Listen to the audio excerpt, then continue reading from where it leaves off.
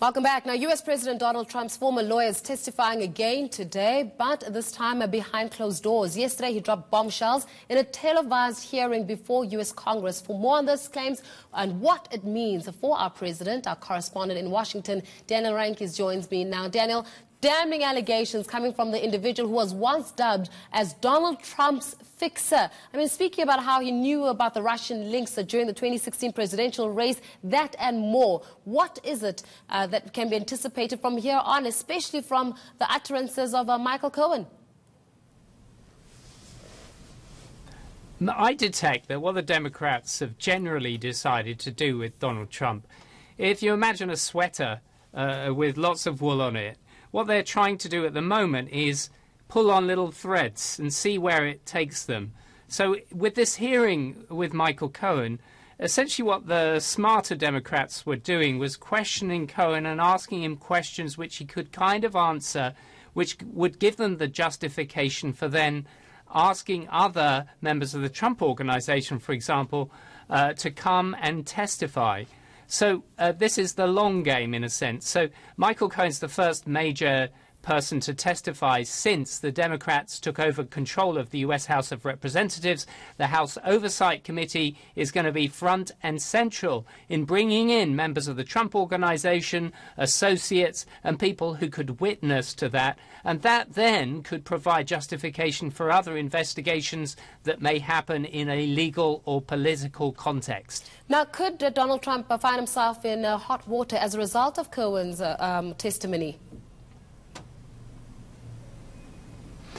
It's Cohen's testimony is this way. So Cohen was in all sorts of trouble back in April of last year because the FBI raided his office and found all kinds of incriminating information, including massive tax evasion on his part. They also realized that he'd lied to Congress, so they prosecuted him.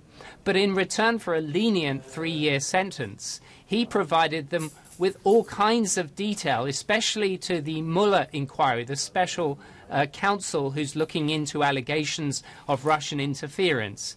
So all of that very specific legal information, most of that is now in the hands of Mueller, unless Mueller's already prosecuted people, then that's in the public domain. So the really juicy stuff is behind closed doors. Donald Trump, at his press conference in Hanoi after announcing a no deal with Kim Jong-un, said he was kind of pleased with Mueller's testimony because Michael Cohen's testimony because it proved there was no Russian collusion on the part of Trump. However, that's not exactly true. What Cohen was actually saying was, I can't tell you because there are still ongoing investigations. And in regards to that, I mean, just to share the sentiments amongst Republicans, I mean, this is the individual that Republicans, put at the helm in terms of the presidency. Could this actually have an effect in the way in which Republicans view Donald Trump? Or they still headstrong that indeed the right leader was chosen to lead America, especially into the next dispensation? Well, in the House of Representatives, there are quite a few champions of Donald Trump, and they came to the fore yesterday, okay? So their defense of the president in this regard was to say Cohen is a liar. Cohen is a liar. He lied for the president time and time again.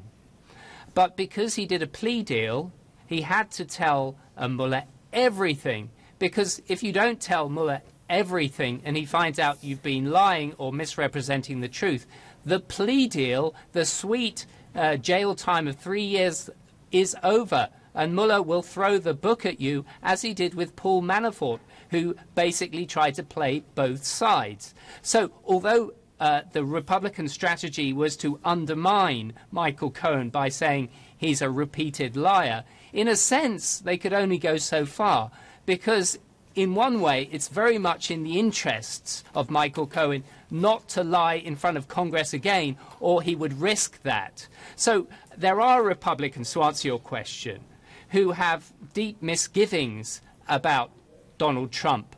Many of them out there, moderate Republicans, but they're keeping their mouths shut because they don't want to raise their head above the parapet.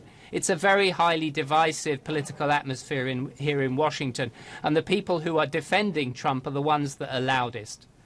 Well, Danny, thanks a lot. We're going to leave our conversation there, but for giving us really insights in terms of those revealing or startling revelations, rather, around Michael Cohen there as he was testifying. He's going to be testifying behind closed doors. But Daniel Reinkies was joining us from Washington, our Washington correspondent, just regarding the implications that this will have, perhaps even on President Donald Trump. Now, in other international news, Prime Minister Benjamin Netanyahu has been indicted for corruption, fraud and breach of trust.